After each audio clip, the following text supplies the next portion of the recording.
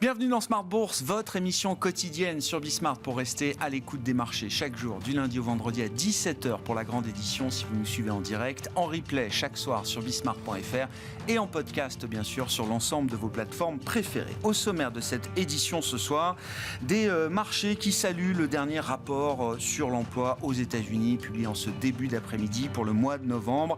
Un rapport aux yeux des investisseurs qui semble être le rapport idéal et qui conforte plus que jamais l'idée d'un soft landing, voire d'un no landing, puisqu'on voit des créations d'emplois qui tiennent encore un rythme autour de 200 000, 199 000 précisément. Alors certes, on réintègre les grévistes du secteur automobile qui avaient été enlevés des chiffres au cours du mois d'octobre. Il faut retraiter de 30 000 créations d'emplois environ pour avoir peut-être un chiffre un peu plus pertinent. Néanmoins, on reste quand même sur un rythme de création d'emplois qui correspond parfaitement à ce que l'économie américaine était capable de créer pré-Covid, avec en plus une enquête emploi auprès des ménages assez spectaculaire, puisque le taux de chômage qui était remonté à 3,9% le mois dernier retombe à 3,7%. Les marchés ont pris acte effectivement de cette poursuite de la résilience de l'économie américaine. On a vu les taux remonter légèrement, mais surtout les indices actions aux États-Unis et en Europe qui se portent plus que bien, puisqu'on voit le CAC 40 qui accélère à la hausse en cette fin de séance. On gagne 1,5% à la Bourse de Paris, avec un CAC qui n'est plus qu'à une quarantaine de points de son record historique marqué en avril dernier. On parle du CAC 40 cash hors dividende. Le CAC 40 Total Return, dividende inclus, lui a déjà renoué avec son record historique. Quant au DAX, ça fait déjà plusieurs jours que le DAX bat de nouveaux records historiques. Aux États-Unis, l'ambiance est positive également sur les marchés actions, avec en plus la confiance du consommateur américain mesurée par l'Université du Michigan qui repart de l'avant pour la première fois en 5 mois. Voilà donc pour le panorama des marchés en cette fin de semaine très positive. On gagne plus de 2% sur les actions européennes et donc les indices actions qui retrouvent l'ère des sommets et qui semblent vouloir terminer cette année 2023 au plus haut. Discussion à suivre avec nos invités de Planète Marché dans un instant, et puis dans le dernier quart d'heure de Smart Bourse, le quart d'heure thématique. Comme une fois par mois, nous reviendrons sur les dernières tendances au sein de l'industrie ETF en matière de flux, en matière de lancement de nouveaux produits, et ce sont les équipes de Yomoni, le directeur des investissements de Yomoni, Olivier Malteste, qui sera avec nous en plateau à partir de 17h45.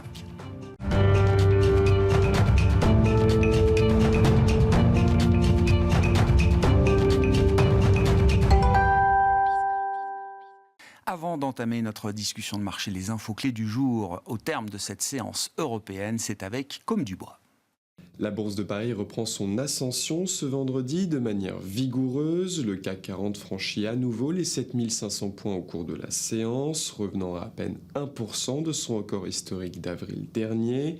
Les chiffres de l'emploi américain publiés pour le mois de novembre confortent le marché dans l'idée d'un soft landing. Les États-Unis ont créé 199 000 emplois le mois dernier contre 185 000 attendus par le consensus. De son côté, la hausse des salaires se stabilise à 4% rythme annuel en novembre et le taux de chômage recule de 0,2 points à 3,7% en novembre. La réaction des marchés sur les taux a été de voir le 10 ans américain remonter de quelques points de base autour de 4,25. Le dollar qui s'était détendu remonte, ramenant l'euro-dollar autour de 1,0750. Du côté des valeurs, le secteur du luxe progresse aujourd'hui. LVMH et Kering prennent entre 2 et 3% au cours de la séance. De son côté, L'Oréal a battu son record historique aujourd'hui. Son titre progresse de 0,7% au cours de la séance. Dans le secteur aéronautique, Airbus progresse aujourd'hui et atteint même son plus haut historique. Son titre gagne près de 2% au cours de la séance après avoir enregistré une commande de 6 avions cargo A350F de la part de Cathay Pacific Group. Autre information importante aujourd'hui, à l'issue de son évaluation trimestrielle des indices, le conseil scientifique d'Euronext a pris la décision de sortir Worldline du CAC 40 à partir du 18 décembre. Il sera remplacé par Vivendi. Le groupe fait ainsi son comeback après s'être fait sortir du CAC 40 il y a 6 mois. Par conséquent, son titre progresse de près de 3% au cours de la séance. Du côté du Royaume-Uni, Anglo American chute aujourd'hui. Son titre perd près de 15% au cours de la séance, suite à l'annonce d'une baisse de production de métaux en 2024 dans le but de réduire les coûts. La semaine prochaine sera la semaine des banques centrales, puisque pas moins de 3 des principales rendront leurs décisions de politique monétaire, à commencer par la Fed mercredi, suivi par la BCE et la Banque centrale d'Angleterre jeudi. Tendance, mon ami, chaque soir en ouverture de Smart Bourse avec Comme du Bois sur Bismart.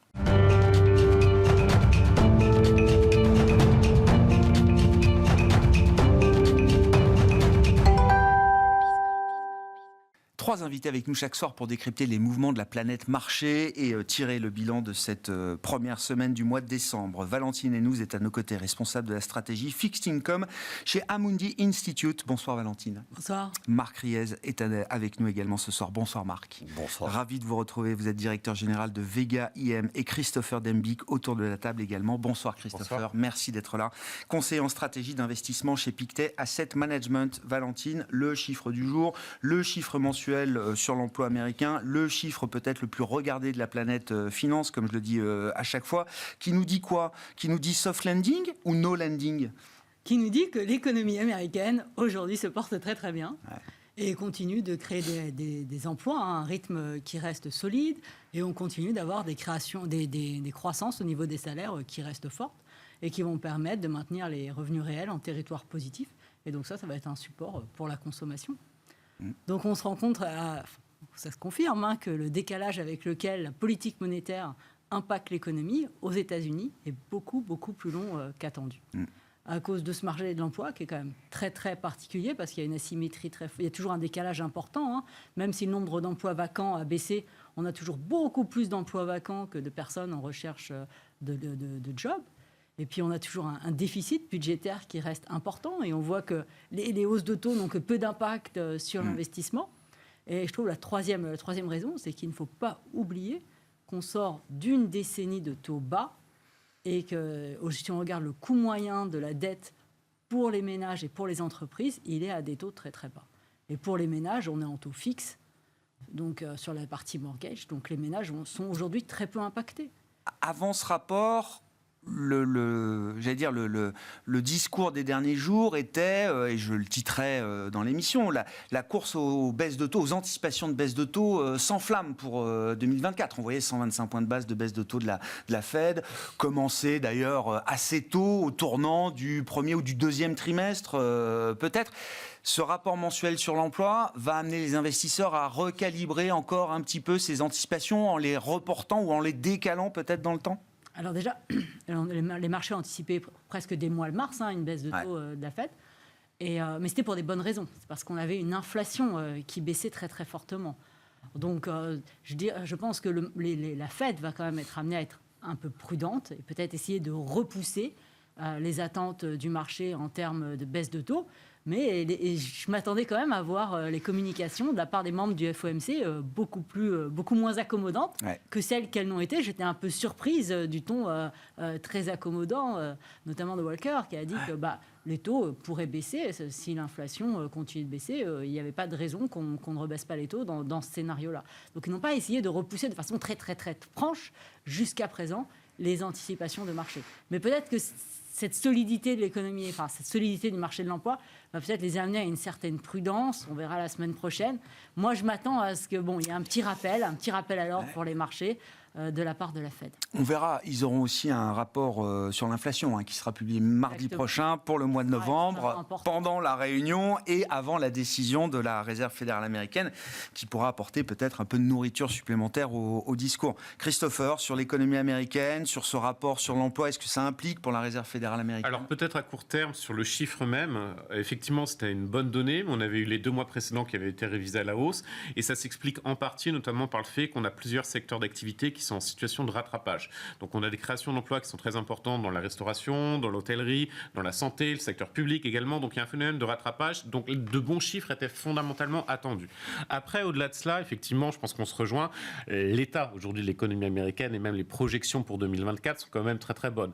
On a effectivement en termes de consommation, ça a bien été dit, je ne vais pas revenir sur ça, c'est évident qu'on a une consommation qui tient du côté américain. Vous avez aussi le levier de l'investissement qui tient plutôt bien. On a des indicateurs avancés. Regardez par exemple les commandes de biens durables hors défense et aéronautique, c'est un bon indicateur des perspectives d'investissement.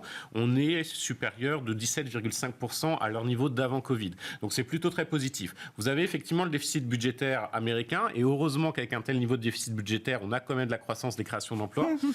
C'est quand même assez rassurant, je voudrais dire. Mais l'année prochaine, on aura aussi un déficit budgétaire qui sera probablement encore très élevé, peut-être pas 7%, mais plutôt 5%. Donc ça va aussi favoriser l'activité. Donc on est quand même sur un scénario macroéconomique, ou en tout cas sur le pan croissance, c'est plutôt très résilient. C'est no lending, quoi. Tout à fait. On peut discuter des fins de cycle, vous savez, mais force est de constater qu'aujourd'hui, la fin de cycle, on ne la voit pas se mettre en place. Et du côté inflation, vous avez le processus de désinflation qui continue, qui n'est pas trop inquiétant. Certainement que les chiffres de mardi vont le confirmer d'ailleurs. Ça se poursuit de manière assez nette. Je pense que la politique monétaire de la Fed est aujourd'hui optimale.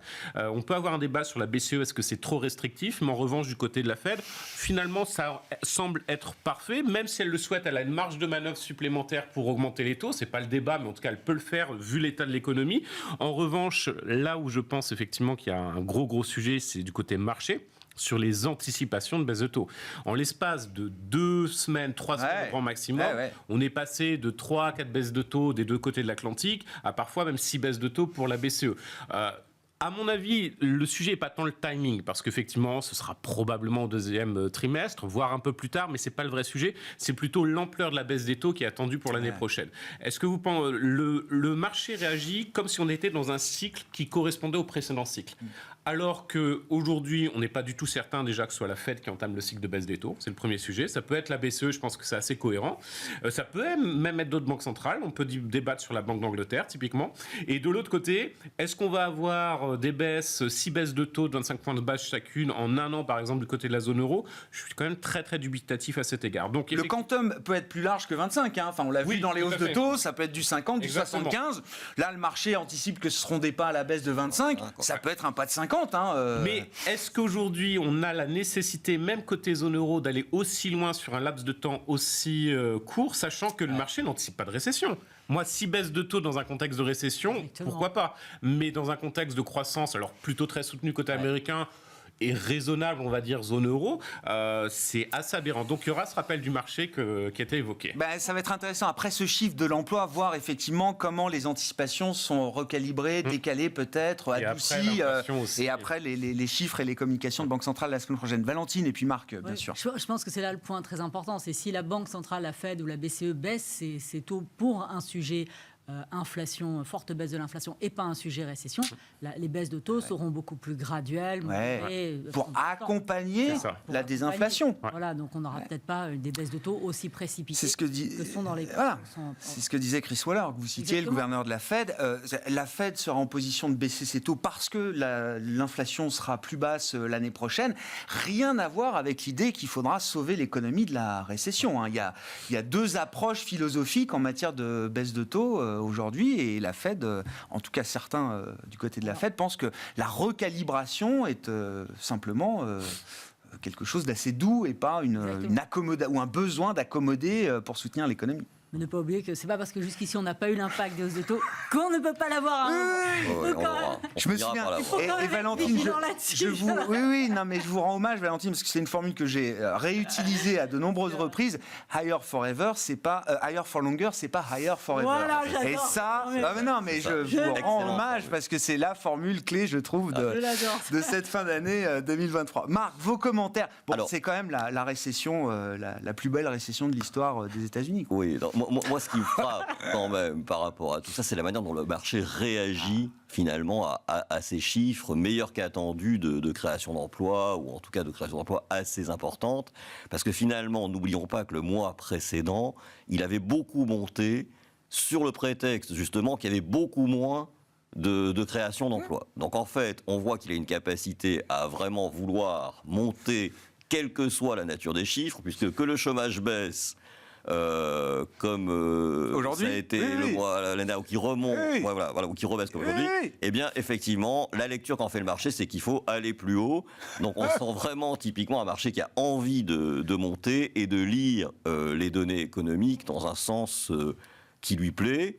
il se réjouissait le mois précédent du fait que l'activité décélérait en se disant ça va permettre de baisser les taux plus vite que prévu, passons de 4 à 6 baisses de taux attendues pour 2024, et aujourd'hui, il se réjouit que l'économie marche bien. Merveilleux. Alors effectivement, moi je reviens sur ce qui a été dit là, c'est vrai que des taux à 5,25, 5,50, ça ne va pas permettre quand même de caracoler très longtemps. Parce que même si on se dit que les ménages ont, le sentiment des ménages est meilleur, leur appétence à consommer est toujours là, etc., je ne pense pas qu'on va rééditer les 5,2% de croissance du T3 par la suite. On a vu qu'une grande partie était composée quand même de restockage. Alors le restockage, on sait que c'est quand même une chose qui se produit une fois, mais qu'on ne fait pas tous les trimestres. Alors c'est vrai que la conso peut éventuellement tenir encore, mais bon, je pense qu'il y a un moment donné dans l'année 2024 où quand même la croissance va marquer le pas.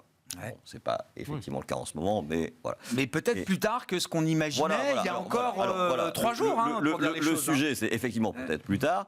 Et ça, le gros problème des marchés pour moi, c'est que ça peut venir percuter le calendrier politique aux États-Unis.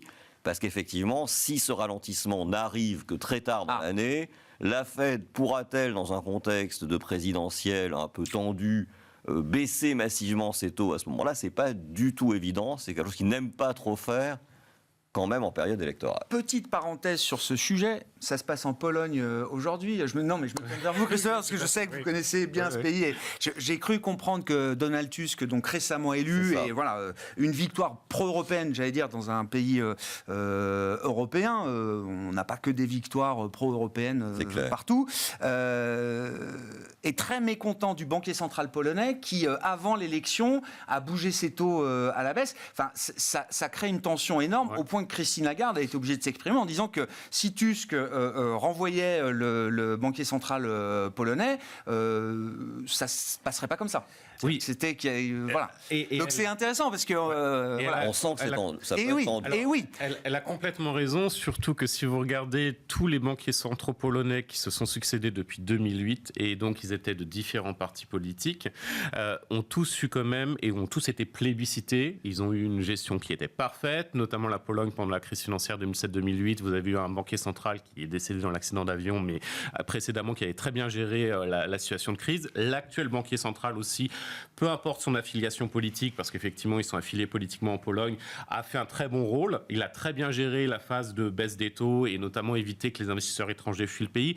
Donc je pense que Christine Lagarde a eu raison de rappeler cela. On ne doit pas politiser au maximum ce rôle, surtout quand le job est en plus très bien fait. Non, mais c'est pas anodin, je trouve, qu'on en vienne à ce niveau de politisation. Effectivement, c'est un rôle qui, par nature, est politique de toute façon. Bien sûr. On ne sait pas qu'on le politise ou pas. Effectivement. Ça a un impact en plus, si on prend le cadre local polonais, c'est ultra politisé. D'accord. En plus. Un peu, ça peut être comparé aux États-Unis. Mais aux États-Unis, ça l'est clairement très fort. Ouais. On sent aussi que le dialogue bipartisan a quand même pris un gros coup dans l'aile aux États-Unis. Et donc le statut un peu indépendant de la Réserve fédérale est quand même par nature abîmé par cette... Mais c'est intéressant parce que vous dites si l'économie américaine tient encore trop longtemps...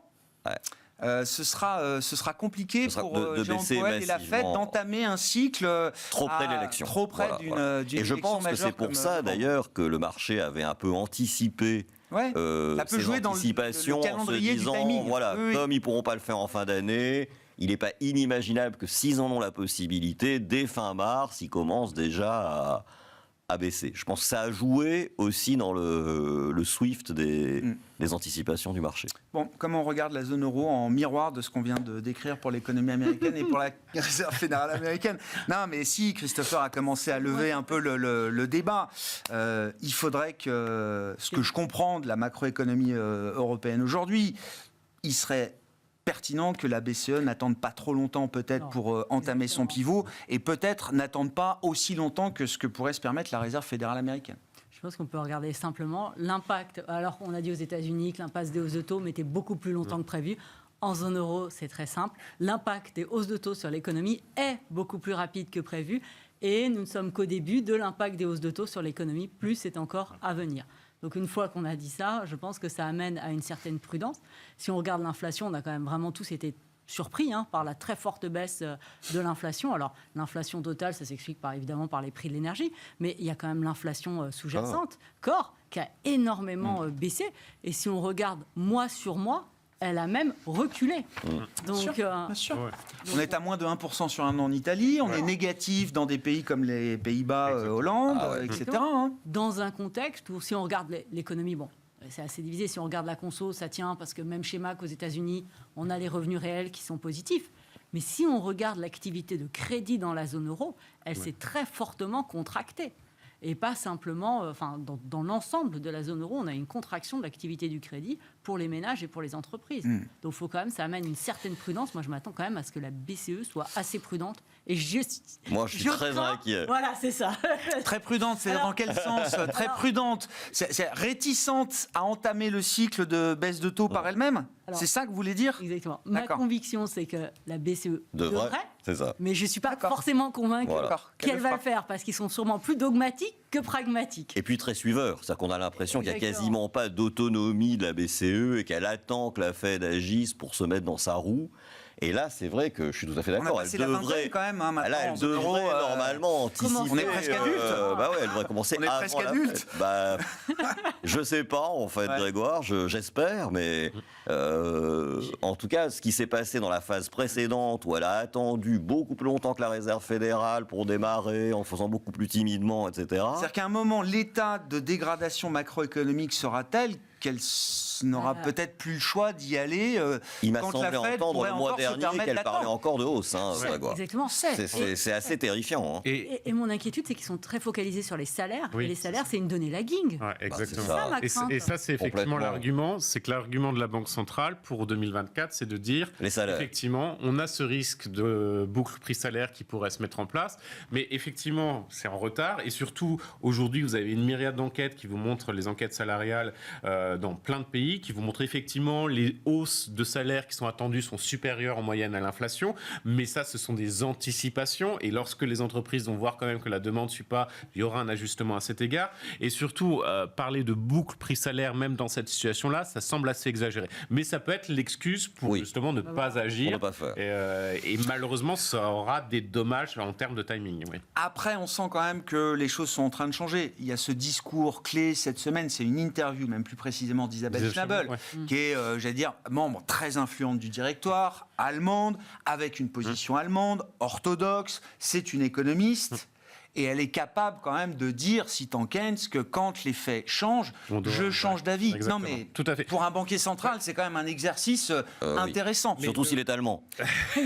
D'autant plus quand il est allemand, si vous le souhaitez, pourquoi pas. Mais le message envoyé, c'est plutôt de dire, parce que certains militaient pour des hausses de taux, ou en tout cas laissaient la porte ouverte à des hausses de taux, de dire finalement il n'y a plus de hausses de taux qui justifient. Donc on est plus sur un scénario pause qu'on va faire du pivot. Après, bien évidemment, il y a aussi tout un consensus. Elle ne pouvait pas aller au-delà des discussions qui sont internes, indéniablement. Mais c'est la politique des petits pas qui parfois peut être un peu dommageable, surtout si on considère, et c'est un peu mon point de vue, que la politique déjà monétaire en zone euro, je pense qu'elle est vraiment trop restrictive. Donc attendre trop pour justement donner un peu d'aide à l'économie, ça va se payer en point de croissance. De toute façon, il suffit de regarder la croissance potentielle. La croissance potentielle en zone euro ou dans les pays, par exemple en France. Elle n'a pas augmenté.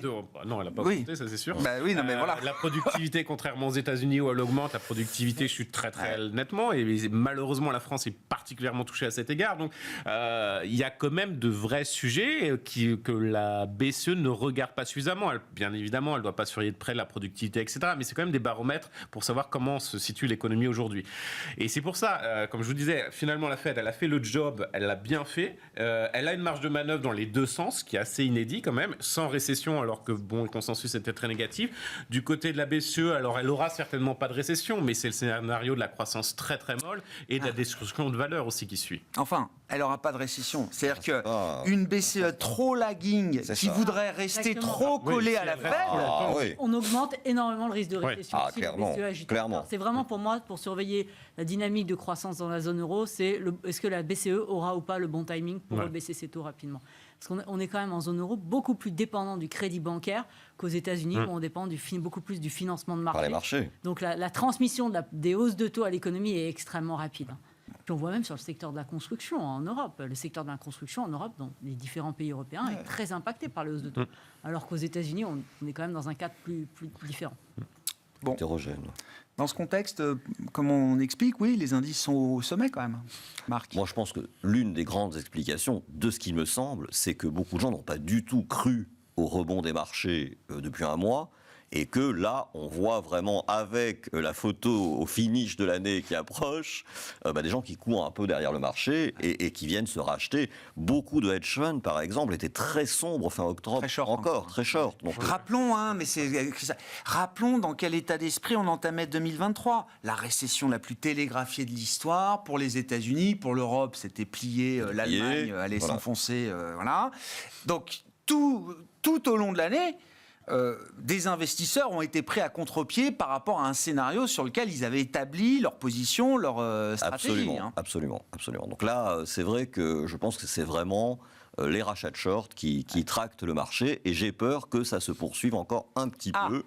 Moi, j'en suis ravi puisque nous, on est surinvestis, donc c'est toujours mieux. Ouais. Mais c'est vrai que les 7500 que pas mal de gens imaginaient pour la fin d'année, pour le coup, on y est déjà aujourd'hui. Il reste encore un peu plus de 2 semaines avant la fin d'année. Et on peut aller plus haut d'ici là. Phénomène d'exagération, c'est ça? On rentre dans une séquence où l'exagération est possible? L'exagération, je ne sais pas, parce que si vous voulez, en dépit des 7500 auxquels on est sur le CAC, on est quand même sur des PER de l'ordre de 11,7 fois des résultats attendus sur les 12 mois qui viennent. Donc ce n'est pas non plus une bulle de valorisation boursière à laquelle on fait face aujourd'hui. Alors, avec des taux à 4,25, pourquoi pas avoir des PER de cette nature? Mais on voit bien que si on imagine que les taux peuvent rebaisser, on pourrait très bien envisager des PER moyens autour de 13,5. Et là, on aurait encore 10, phénomène d'expansion de multiples possible l'an prochain. Exactement. Et ça peut nous porter encore au moins sur le début de 2024. Oui, parce que tout ce qu'on consomme là, c'est quand même aussi de l'upside potentiellement en moins pour la perf de 2024. Là, c'est vraiment le cas, oui. Ouais. Oui. Sur les marchés obligataires. Alors c'est du rattrapage de 2022 quand même. Mais il faut regarder ces 2 années en miroir. C'est sûr. On a envie de montrer qu'on a rectifié le tir, redressé la barre après les dommages de 2022 sur les marchés, notamment d'actifs risqués, enfin les marchés en général d'ailleurs. Sur la partie obligataire, Valentine, alors là aussi, en fonction du narratif, donc on était à 5% et plus sur le 10 ans américain fin octobre, on allait à 6, voire à 7, le monde n'était pas prêt pour les taux à 7%. Qui a pu dire ça? Jamie Dimon.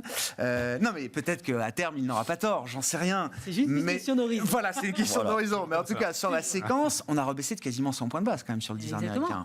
Il y a beaucoup de choses aujourd'hui qui sont déjà dans les prix sur le marché obligataire. Ce retour à l'inflation à 2%, à un horizon proche, et des banques centrales qui baissent de façon ordonnée leurs taux. Donc c'est ce qui aujourd'hui dans les prix du marché obligataire sur les taux souverains ne sont pas dans les prix, le risque d'une récession.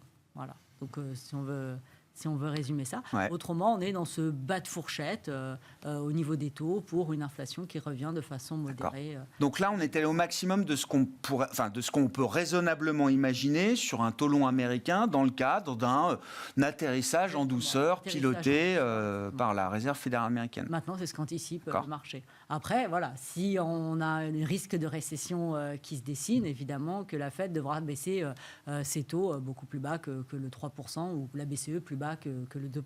Ouais. Donc, et dans un schéma ou dans l'idée d'une récession, est-ce qu'on peut avoir un ordre de grandeur de ce que serait le 10 ans américain, par exemple, par rapport aux 4, 4,10, 4,25 qu'on a aujourd'hui plutôt sur 3,6, quoi. D'accord, ok. Non, c'est pour donner un peu les ordres de grandeur. Oui, mais ça en cas de vraie récession, ça peut même être plus bas que 3,6. Un peu l'ampleur du sujet. Sans vouloir donner des chiffres, on est entre 3,2, 3,6. Enfin, voilà, parce qu'on était à 1,6 avant. Quand même, ça dépend qu'est-ce qu'on appelle comme récession. Il y a beaucoup de choses qui se cachent aussi derrière ce mot de récession.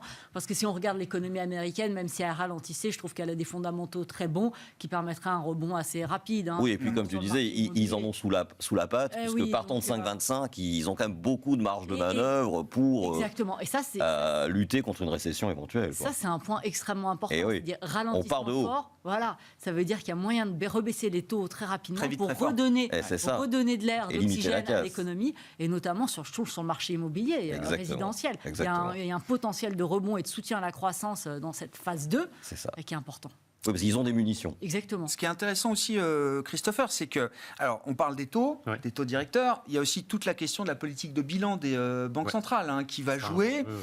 Avec l'idée qu'à un moment, on va quand même se retrouver avec des banques centrales qui pourraient baisser les taux ou signaler des baisses de taux, tout en continuant peut-être de gérer une politique de réduction de leur bilan. En tout cas, il n'y a pas de communication officielle qui nous dirait que les banques centrales, faites des BCE, ne pourraient pas réduire le bilan tout en baissant les taux. Et le bilan, effectivement, est un élément clé. C'est d'ailleurs un facteur explicatif aussi de ce qui se passe sur les marchés actions aujourd'hui, le fait que la Fed réduit moins rapidement son bilan que prévu. Mais bien évidemment, pour 2024, finalement, au-delà, on se focalise beaucoup sur les baisses de taux d'intérêt, bien évidemment, mais la réalité, c'est qu'en termes d'outils efficaces pour avoir une transmission sur les conditions financières, vous avez beaucoup d'études, et plus du côté de la Fed, qui vous montrent que si vous voulez influencer sur les conditions financières, le meilleur outil, ça reste quand même le bilan. Parce que c'est beaucoup plus rapide encore en termes de transmission, c'est beaucoup plus efficace. On a effectivement cette réduction du bilan des deux côtés de l'Atlantique qui a été bien menée, un peu plus rapidement d'ailleurs du côté de la BCE que du côté de la Fed, donc point qui est intéressant à marquer. Mais l'enjeu, ça va être de savoir qu'est-ce qui va être fait. Mon point de vue sur la Fed, tant qu'on a des taux, effectivement, nous on a une cible de taux à 10 ans autour de 4% l'année prochaine, donc sans scénario de récession, mais tant qu'on est autour de 4, voire grand maximum 5%, probablement que la Fed trouvera que c'est un niveau qui est gérable pour l'économie, donc elle peut potentiellement poursuivre sa réduction du bilan. Mais il y a un point d'incertitude sur l'évolution du bilan et sur les taux, c'est tout simplement qu'aujourd'hui, vous avez quand même deux acheteurs historiques principaux de dette américaine qui s'en délestent. Alors vous avez le Japon, c'est probablement plutôt conjoncturel, ils essayent d'aider, bon ça marche pas très bien, mais le yen japonais, mais bon, en tout cas, c'est conjoncturel, pas amené à durer. En revanche, la Chine, elle, on voit que c'est structurel. Il y a tout un processus de plus long terme de réduction de l'exposition aux actifs américains.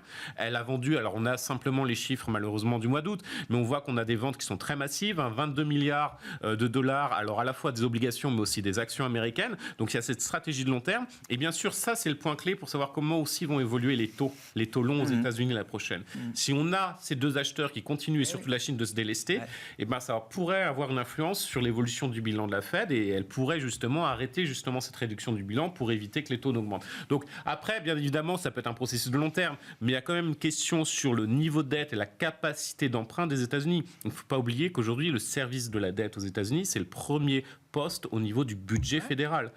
Vous êtes à des niveaux de déficit qui sont complètement anormaux en période de non-récession, d'expansion, de croissance, de plein emploi. C'est ça. Et ça ne va pas se réduire. Donc, il y a quand même un vrai sujet fondamentalement de cette dette américaine, et on n'est pas sur un scénario crise de la dette américaine, mais en revanche, comment vous refinancez ça? Quels sont les arbitrages qui vont être faits? Et notamment, comment vous faites si effectivement c'est structurel que la Chine réduit durablement son exposition, même si c'est lent, mais elle le fait en tout cas, et ça aura un impact à long terme. Mais la Fed sera pragmatique. Il faut que la Fed, voilà, vous avez un peu de l'acheteur en dernier ressort sur le marché, qui sera éventuellement la Fed si les conditions bien sûr sont favorables. Valentine? Surtout que c'est important dans un contexte où les montants d'émissions de coupons l'année prochaine vont être explosifs, vont très très fortement augmenter par rapport à ce qu'on a eu cette année. Cette année, il y avait des montants d'émissions extrêmement importants, mais ils ont émis énormément de T-bills, du très court. Et l'année prochaine, ils vont devoir émettre... On va loquer les taux à long terme là, pour l'année prochaine. Exactement, donc on va émettre du plus long, et dans un environnement où il y a un changement sur la composition des acheteurs. Donc, c'est un élément à pas oublier. Au passage, Valentine, la Banque du Japon, on en est où de l'idée d'une normalisation? J'ai vu qu'Ueda disait que ce serait challenging. Nous, on reste sur cette idée que la Bosch va normaliser. Mais c'est vrai que ça peut être challenging dans un environnement où les taux sont restés extrêmement bas sur plusieurs décennies au Japon. Mais je sais pas, parce que c'est tellement inimaginable de penser que la Bosch va normaliser sa politique monétaire. Marc, je ne sais pas, ça fait combien d'années, décennies que des positions sont accumulées, shortiennes. À peu près 45 ans. À peu près 45 ans. Est-ce que c'est pas le risque, alors j'aime pas utiliser ce genre de mots, mais le risque d'un Armageddon financier, si on cherche le Black Swan, si on cherche le truc qu'on n'aurait pas vu venir, il y a bien un truc auquel les marchés se sont jamais préparés depuis 30 ans, c'est l'idée que la Bosch pourrait monter ses taux. Et surtout, surtout avec l'impact que ça aurait sur toute la détention par les Japonais de dettes hors Japon, et notamment d'emprunts d'État américains, mais aussi français, etc. Ah oui, très beaucoup, très gros bien sûr, porteurs pour stock, dettes du françaises, stock, bien voilà, sûr. de dettes d'État étrangères. Donc c'est sûr que ça, ce serait pas du tout une bonne nouvelle pour les émetteurs occidentaux. Au-delà de la Chine que citait Christopher, le Japon, effectivement, est un gros client, entre guillemets.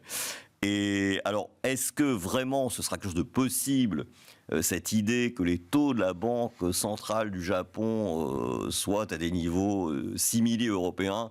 J'en suis quand même pas très très convaincu. Je vois pas ce qui pourrait rebooster comme ça. Alors, je ne sais pas. Il y a un an, on disait que la BCE ne pourrait pas monter ses taux au-delà de 0 ou 0,5. Voilà, elle on est est à 4. Voilà, 4,25. Donc voilà. Non, mais je ne sais plus, moi. Là-dessus. Non, mais tout peut se passer. Mais c'est vrai que ce serait alors, je pense que nous aussi, on est sur un scénario de normalisation, mais alors vraiment très très lent. C'est vraiment politique des petits pas. On a un débat quand même sur quand ça surviendra. Vous avez la réunion le 18-19 décembre. On commence à avoir des rumeurs de marché sur le fait que ça pourrait être annoncé à ce moment-là, mais on est un peu dubitatif. Il n'y a pas de signaux qui vont dans ce sens. En revanche, il y a une certitude, c'est si la Banque du Japon souhaite un tout petit peu normaliser, la fenêtre d'opportunité, elle se réduit. Parce que vous avez quand même d'autres banques centrales qui vont rapidement, au niveau des pays développés, assouplir. Les pays émergents, c'est pas quand la Fed baissera ses taux que la Banque du Japon pourra monter les siens. Donc vous avez un timing quand même qui se réduit un peu. Ça va être très compliqué, mais ils n'ont pas aussi en même temps au niveau local d'incitation particulière à le faire pour normaliser. Donc pour moi, c'est un peu la grande incertitude, même si on est tous un peu convaincus, on se dit c'est le moment où ça va être normalisé. Mais est-ce que foncièrement ça sera le cas? On peut être assez déçu. Moi, je me souviens d'anticipation de marché qui datait quasiment d'il y a un an, c'est-à-dire à ce moment-là, les marchés vous disaient janvier, c'est plié, donc janvier 2023, c'est plié, on va avoir les premières hausses de taux. Bon, on se retrouve, on est en décembre et on en discute toujours. Et puis ils ont l'inconvénient du hausse du yen. Ça, ce serait pas bon. Là, ça remonte un petit peu, le yen. Là, ça pourrait faire s'envoler le yen et ce serait vraiment pas bon pour eux. Tu leur maintiens la pression. Ils feront peut-être ce qu'ils savent mieux le faire, c'est rien, quoi. La Banque du Japon, non, mais faire rien de plus. Oui, voilà. C'est souvent la meilleure solution. Le temps joue pour eux. Marc, ne rien faire sur les marchés actions, est-ce que c'est une option? Non, ma question, c'est comment on anticipe ou quelle réflexion on a pour 2024 sur la logique de marché cette année? En dehors des 7 magnifiques et d'une poignée de grandes méga caps, y compris en Europe, du ASML, du Novo, etc. En dehors de ces valeurs-là, on était assez peu récompensé quand on allait chercher du risque en dehors de ce groupe de valeurs et associés ou assimilés. Est-ce que 24 peut être une année différente de ce point de vue-là? Écoutez, je vais vous décevoir sans doute, Grégoire, mais en tout cas, concernant le début de 24, j'ai pas l'impression qu'il va y avoir quelque chose de très nouveau dans ça, parce que le sentiment, c'est quand même que cette croissance économique aux États-Unis va un peu décélérer, même si effectivement on peut débattre sur dans quelle proportion, quand, etc. Mais bon, voilà. La croissance économique en Europe, on n'est pas sûr qu'elle soit quand même si forte que ça. Donc pour le coup, je me dis, comme la croissance va être plutôt rare, le marché risque encore de chercher des dossiers dans lesquels il y a encore de la croissance, etc. Et le problème des valeurs que vous citez, que ce soit ASML avec les relocalisations en Europe, aux États-Unis, d'usines de fabrication des puces, ou Novo Nordisk avec le développement incroyable de ces traitements contre l'obésité, j'ai quand même l'impression que malheureusement, c'est des thèmes qui vont pas s'arrêter du jour au lendemain. Alors après, on peut se dire c'est cher. C'est vrai que c'est cher. Mais après, si on regarde le cas de Novo Nordisk, dont on prévoit par exemple que les bénéfices pendant 30% par an pendant 3 ans, on se dit on le paye 31 fois aujourd'hui, mais en fait, dans 3 ans, on se dira qu'on l'a payé 15 fois. Donc voilà, c'est quand même. Moi, j'ai pas l'impression qu'il y aura une grande révolution. Non, je parlais pas de shorter ses valeurs. À quelle distance on a envie d'être de ce groupe de valeurs, ou encore une fois de ce profil de valeurs? On a envie d'y être. Moi, enfin, nous, en tout cas, notre position, c'est d'y rester. Non, mais c'est votre ADN aussi. C'est notre ADN. Ça n'aide pas, vous me direz. Non, mais on peut prendre de la distance. On peut parfois prendre de la distance. Pour l'instant, voilà. Alors, on a été obligé d'en prendre quand il y a eu les hausses de taux très brutales, mais là, si on regarde le fait que la croissance serait plutôt orientée à la baisse et que les taux eux-mêmes pourraient pousser à une expansion des PE, on se dit qu'en fait, on risque d'avoir, au moins sur le premier trimestre de 2024, les mêmes gagnants, si j'ose dire, qu'on a eu en 2023. Bon, après, on n'est jamais à l'abri d'une surprise épouvantable, mais c'est le sentiment que ça nous donne. On le voit avec le luxe aujourd'hui, par exemple. Ouais, ça repart bien. Ouais. Non, mais parce qu'on a vu quand même ces dernières semaines les small caps, on a vu quand même 2-3 mouvements de marché qui laissaient entendre que peut-être en dehors des 7 magnifiques, il y avait aussi d'autres valeurs qui méritaient d'être retrouver un peu d'intérêt. Un peu, mais c'est vrai que ce qui est cyclique, quelques semaines, pas trop. Et alors dans les small caps, ça rebondit un peu sur ce que disait ma voisine, c'est que on est un peu au sommet du marché du crédit là, parce que voilà, on a des taux qui et donc on ne sait jamais, est-ce qu'ils vont avoir pas des difficultés à se refinancer s'il y a une récession, s'il y a des difficultés économiques, etc. Est-ce qu'il peut y avoir des faillites? Je suis pas sûr que les gens aient si envie que ça d'aller sur les small. Non, pour l'instant. Je vous confirme. Voilà. Effectivement, il faut avoir le cœur bien accroché. Mais j'ai entendu quand même, il y a des tickets d'instit qui reviennent. C'est ça, après, absolument. Mais c'est à suivre. On n'ira pas. Voilà. C'est quoi? Oui, effectivement. Et puis les instituts, ils en mettent toujours un peu de temps en temps. Oui. C'est quoi l'allocation un peu type pour vous 2024 on va pas être très originaux, mais encore une fois, l'important c'est que ça marche. Voilà, c'est ça, exactement. À la fin, c'est du rendement. Donc effectivement, on reste convaincu que tout le sujet des niveaux de valorisation, etc., sur le luxe et sur les valeurs tech, pour nous, c'est pas fondamentalement un sujet. Typiquement, et vous le savez qu'on a toujours cette gestion aussi thématique, mais on parle par exemple beaucoup d'intelligence artificielle. Vous savez, ça revient aussi bien sur le private equity que sur les valeurs cotées. Et aujourd'hui, force est de constater que si vous voulez capturer l'intelligence artificielle, ce sont les valeurs du digital. Quand vous avez Microsoft qui met sur la table 45 milliards de dollars dans l'intelligence artificielle, vous pouvez vous dire assez sereinement qu'ils vont quand même aboutir à quelque chose d'assez solide.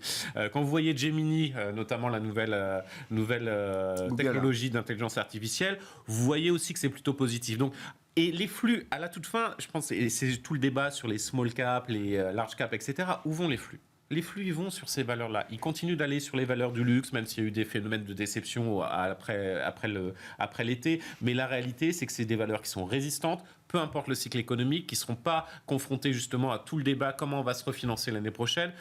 Dans les valeurs du digital ou du luxe, on anticipe par exemple dans le luxe des fusions-acquisitions, ils le feront directement en cash. En tout cas, ils veulent le faire, ils n'ont pas besoin d'emprunter. Donc, c'est des valeurs qui sont intéressantes. Sur l'aspect small et mid cap, alors oui, bien évidemment, là, on commence à voir, ça surgit un tout petit peu. Mais tout simplement parce que vous avez une telle hausse sur les grandes valeurs, sur les indices aujourd'hui, qu'on se dit on va prendre un peu de risque. Mais est-ce que vous êtes prêt à prendre du risque le 1er janvier ou le 2 janvier quand vous revenez des fêtes de fin d'année et que vous avez quand même un environnement économique qui n'est pas non plus le plus réjouissant du monde?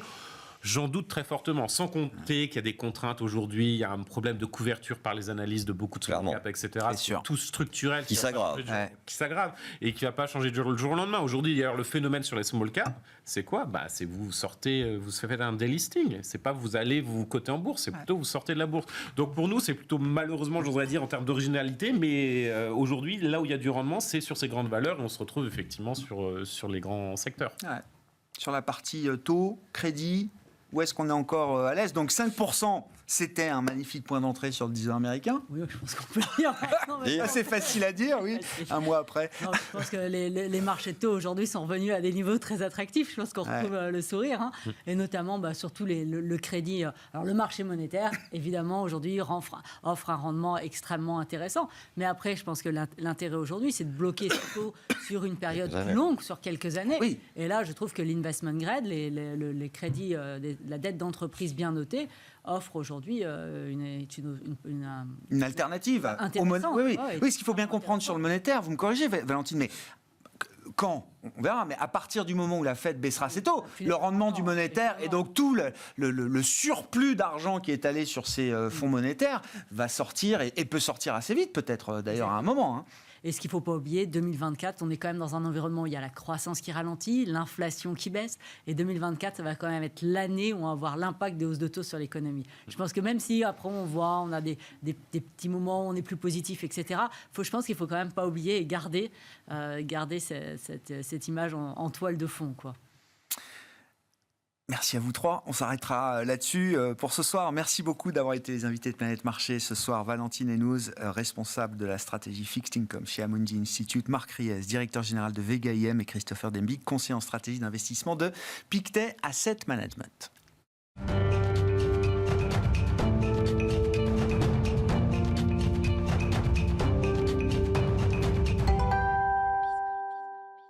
Le dernier quart d'heure de Smart Bourse chaque soir, c'est le quart d'heure thématique et chaque deuxième vendredi du mois, rendez-vous mensuel avec les équipes de Yomoni qui nous font profiter de leur observatoire ETF. On décrypte ensemble les dernières tendances au sein de l'industrie ETF avec Olivier Malteste à mes côtés, le directeur des investissements de Yomoni. Bonsoir Olivier. Bonsoir Grégoire. Merci beaucoup d'être avec nous. Revenons ensemble donc sur le mois de novembre à travers les flux dirigés vers les trackers, la gestion passive, la gestion indicielle. Le monde des ETF, c'était un très bon mois de novembre en termes de performance de marché et on l'a vu également dans les flux. Exactement, c'est un très très bon mois en termes de flux sur les ETF puisqu'on est à plus de 18 milliards, on est à 18 milliards 3 globalement de collecte positive sur les ETF. Donc c'est un excellent mois, on revient sur vraiment des gros volumes tels qu'on avait en 2021, le mois dernier aussi était bon, là ça accélère encore. Donc on a encore un très bon mois. Avec, si on regarde un peu par classe d'actifs, on a un mois d'action, donc c'est le meilleur mois action de l'année, avec 12 milliards et demi de collecte nette, et un mois aussi très bon sur l'obligataire avec 7 milliards et demi. Donc le mois de janvier avait été à près de 10 milliards, c'est ce qui est étonnant sur l'année 2023. Mais en tout cas, c'est le troisième mois là, en termes de collecte, mais un mois aussi important sur l'obligataire. Et au niveau des matières premières, une décollecte qui se poursuit. Un milliard environ de décollecte sur le mois au niveau des matières premières. Y compris sur l'or, je vois. Y compris sur l'or, tout à fait. Donc l'or décollecte, on l'avait déjà vu le mois dernier. On voit que l'or progresse. Alors les banques. On m'a dit un spécialiste effectivement de l'or des matières premières me disait effectivement que on voyait pas les particuliers, en tout cas à travers les flux ETF, que les particuliers n'achetaient pas la hausse de l'or. Oui, et alors les ETF qui sont encore pas trop sur les particuliers, malheureusement, en Europe et en France, mais globalement, les ETF, donc il y a certainement un impact des banques centrales. On sait que les banques centrales refont leurs réserves. Je pense qu'elles ne le font pas par le biais d'ETF, elles le font directement physique. Et donc, du coup, on voit cette différence entre le marché des ETF, où l'énergie collecte un peu, et la décollecte est vraiment centrée sur les métaux précieux et donc sur l'or. Bon, intéressant le point or. Effectivement, l'or a attiré les yeux de tous les investisseurs en début de semaine avec des futurs qui ont printé 2150 $ l'once. On est un petit peu revenu, mais on reste avec une once d'or au-delà des 2000 $ au moment où on se parle. Si on reprend les grandes classes d'actifs, dans la collecte action, qu'est-ce qu'on peut dire des intérêts et des désintérêts qu'il y a pu y avoir, Olivier ? Alors les intérêts, toujours les grosses capitalisations, surtout les actions américaines aussi. Lorsqu'on regarde les 5 ETF qui ont le plus collecté sur les mois, sur les marchés actions, 3 traquent le S&P 500, donc répliquent la performance du S&P 500, donc vraiment les grosses capitalisations. Les grosses capitalisations mondiales avec un prisme aussi ESG ont fortement collecté. On a aussi la croissance, les actions de croissance aux États-Unis qui ont aussi été aidées donc, à la fois par la performance et puis la baisse des taux qui a du coup redonné un petit volant sur les actions technologiques et les actions de croissance de manière générale. Et toujours le Japon qui collecte, qui continue de collecter aussi sur le mois de novembre, sur les ETF. Ce qui a décollecté, toujours les... C'est ce que vous n'avez pas cité. Non, mais la Chine, vous n'avez pas cité l'Europe, donc je m'attends à ce que... En premier lieu, la Chine, toujours sur les titres A, les titres vraiment chinois, où on a une forte décollecte. Et puis effectivement, l'Europe, sur les grosses capitalisations. Et si on regarde un peu en sectoriel, le secteur financier aussi a décollecté sur le mois. Sur la partie obligataire, alors on avait une spécialiste obligataire qui nous dit c'est un rouleau compresseur de flux vers l'investment grade. Toujours, est-ce que ça se confirme encore là dans les données sur les flux, de novembre. Les deux axes que je vois moi, c'est à la fois un rallongement de la maturité, donc on va sur des durations un peu plus longues. Donc on commence à jouer vraiment la baisse des taux sur les ETF aussi obligataires, donc que ce soit à la fois sur le souverain ou sur le crédit, et également on remet du risque, donc effectivement sur le crédit. Ça c'est ce qu'on voit en termes de souscription, et donc du coup, en termes de rachat, en termes de décollecte, c'est plutôt tout ce qui va être court, que ce soit sur l'obligataire souverain court ou les entreprises courtes, donc vraiment ce qui est court, et les émergents, aussi les obligations émergentes, il y a eu pas mal de sorties sur le mois. Intéressant. On voit des gens sortir du cours, alors monétaire, cours, etc., pour aller verrouiller du rendement sur une partie un peu plus longue de la courbe aujourd'hui. Court, on voit des sorties pour revenir sur un peu plus de duration. Quand on regarde les flux avec le filtre ESG, qu'est-ce qu'on peut dire, Olivier, de ce mois de novembre ? Alors, on voit que les flux sont positifs, déjà sur l'ESG. Alors, je souligne parce qu'on a vu des articles dans la presse qui soulignaient la décollecte des fonds classés article 8, article 9, globalement sur le trimestre. Donc, sur les ETF, les flux restent positifs. Ce qu'on voit... Donc, c'est les fonds de gestion active qui décollectent. Exactement, et donc globalement, et ça se voit aussi sur le côté ESG, mais ce n'est pas le côté ESG qui est remis en cause. Non, mais point intéressant. Journaux, point intéressant. En tout cas, sur les ETF, la collecte continue. Ce qui est sûr, c'est que ce n'est pas une collecte comme on avait avant 2022. Donc, en termes d'actions, on est environ 27,5% des flux, 27% des flux qui vont sur l'ESG. Donc, on est un petit peu au-dessus des parts de marché, mais ce n'est pas non plus quelque chose d'énorme. On est en gros à 22-23% sur les AUM en termes de parts de marché. Et par contre, ce marché obligataire, c'est une disparition pratiquement totale puisqu'on a un peu plus de 60 millions de collectes contre 7,5 milliards sur la collecte, donc c'est moins de 1%, donc c'est vraiment tout petit en termes de flux ESG sur le marché obligataire. Ce qu'on voit, lorsqu'on fera le bilan l'année prochaine, mais sur l'année, mais ce qu'on voit, c'est que sur le côté obligataire, c'est beaucoup plus volatile sur l'ESG. On a eu des bons mois de collecte à environ 40% des flux qu'elle est sur l'ESG et des mois comme le mois de novembre où il n'y a pratiquement rien. Ça s'éteint totalement, quasiment. Exactement. Il n'y a pas de régularité encore. C'est beaucoup plus stable sur le côté obligataire ESG. C'est beaucoup plus stable sur le côté action. Quand on regarde les émetteurs, quel est le podium du mois selon les métriques de marché que vous regardez, Olivier ? On a un podium qui est classique et qui est relativement en lien avec les encours. Donc on a BlackRock, évidemment premier avec plus de 8,5 milliards de collecte nette en Europe sur le mois. Donc c'est conforme à leur part de marché qui est de 44%. Donc voilà. Amundi deuxième sur le mois. Et puis ensuite on a State Street Vanguard qui sont des gros acteurs. Donc voilà. Historique. Si on veut souligner un acteur, on peut souligner Invesco qui arrive à se placer à la 5e place sur ce mois-ci et qui lui fait gagner 2 places. Donc arrive à la 7e place globalement sur les flux sur 2023. Donc c'est le gagnant entre guillemets du mois en termes de collecte. Donc ça c'est vraiment sur la collecte générale. Et on suit maintenant aussi de manière un peu plus précise la collecte en ESG. Intéressant. En espérant changer les podiums. Et ce qu'on observe du coup en termes de flux, donc Amundi sur le mois est le premier en termes de collecte ESG, suivi par DWS qui globalement sur l'année fait une très bonne collecte. Là, il n'était pas sur la collecte globale dans les 5 premiers, mais sur le flux ESG et dans la collecte. Et quand on regarde en termes de podium, donc vraiment sur l'ESG, en termes de part de marché, on a évidemment toujours BlackRock, on a Amundi qui est deuxième, et par contre BNP, du coup, est à la 3e place. Il faut avoir en tête que BNP est un acteur important sur l'ISR. Ils ont environ 80% de leurs encours qui sont avec une composante ESG. Et ils font partie des 3 gros émetteurs, notamment des fonds labellisés ISR, parce que nous, on regarde pas trop. Bien sûr. Et donc voilà, BNP est en 3e position en termes européens sur les émissions ESG. Une autre manière de regarder le classement et le podium. Exactement. Toujours BlackRock premier, mais... Oui, ça, 44% de part de marché. Vous disiez sur la collecte, et les encours, 44% de part de marché, et Amundi, deuxième, est à 14%. Tout à fait. Ça montre l'écart et la dispersion qu'il y a derrière et le troisième, le 9 leader. Environ, donc c'est ça. 9 et 10. Qu'est-ce qu'on peut dire des nouveaux produits qui ont été lancés au mois de novembre ? Alors, grosse collecte, grosse performance de marché. Est-ce que ça a été un gros mois de lancement de produits ETF ? 17 produits, donc oui, c'est important. C'est important pour une fin d'année. 17 produits. Et moi, je regarde toujours aussi comment se répartissent entre ESG et non-ESG pour voir si la tendance toujours, même si des fois il y a des collectes qui sont un peu plus basses, pour voir comment les émetteurs d'ETF analysent le marché. Il y en a 11 produits qui ont des composantes extra-financières dans les indices qui le répliquent. Donc toujours une forte prédominance de l'ESG sur les nouveaux produits. Exactement. On a du coup, si on essaye de regarder un petit peu, d'isoler, on a plusieurs choses. Donc on a BlackRock qui a continué aussi à émettre un nouvel iBond. J'ai oublié de citer, mais dans les collectes, dans le marché obligataire, ce qui est important aussi, c'est qu'on voit les fonds datés. Les ETF datés du coup ont fortement connecté. C'est peut-être aussi une anticipation de baisse des taux en se disant c'est le moment vraiment de de collecter. Donc là, ils ont sorti l'émission qui arrive à échéance en 2027, donc sur le côté européen. Donc ils continuent à lancer et à élargir, étoffer la gamme. Et on peut noter, alors il y a beaucoup de choses. Donc Amundi a continué à transformer sa gamme.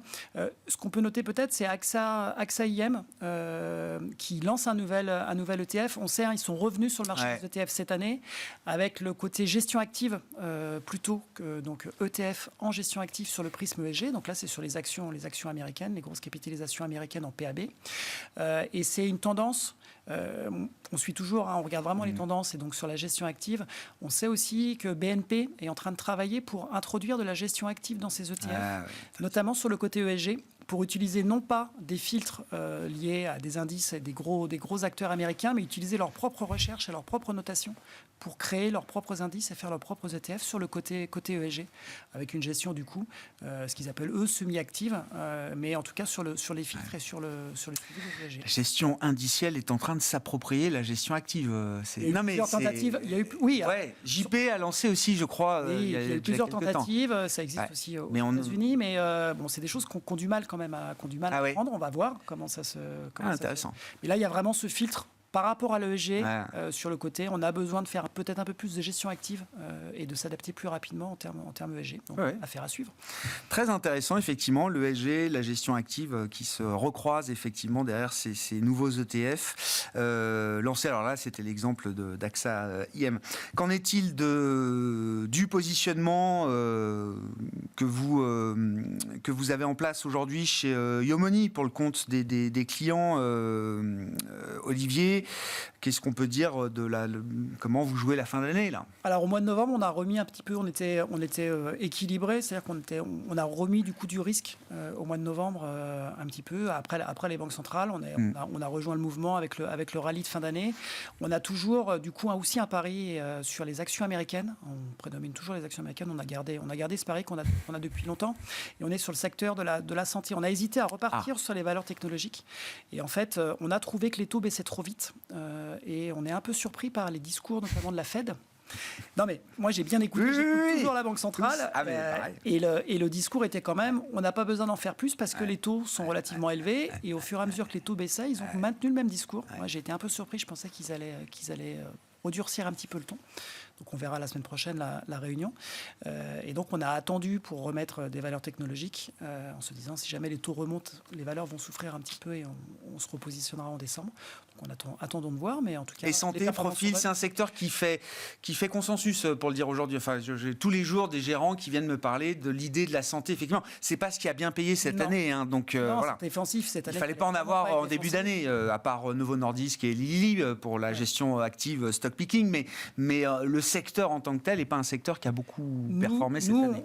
On l'a positionné il y a quelques mois. Sur la composante IA, on cherchait d'autres vecteurs pour de l'intelligence artificielle. Et sur la santé, on pense qu'il va y avoir vraiment Et c'est un secteur en première ligne pour bénéficier des développements. C'est ce qu'on pense. Et quand on a rajouté du risque avec les bonnes performances du marché action aussi, on se disait c'est aussi de la gestion de risque au global en termes de portefeuille.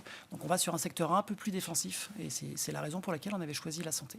On verra. 2024 sera peut-être l'année de ces secteurs, croissance tranquille, visible, etc. Avec peut-être des niveaux de valorisation aussi un peu détendus par rapport à ce qu'on peut trouver directement autour des acteurs clés de l'IA aujourd'hui. Merci beaucoup Olivier. Olivier Maltès qui était avec nous chaque mois, le deuxième vendredi du mois, l'industrie des ETF décryptée avec cet observatoire ETF que vous partagez avec nous Olivier, directeur des investissements de Yomoni qui venait conclure ce quart d'heure thématique et cette semaine boursière avec nous dans Smart Bourse.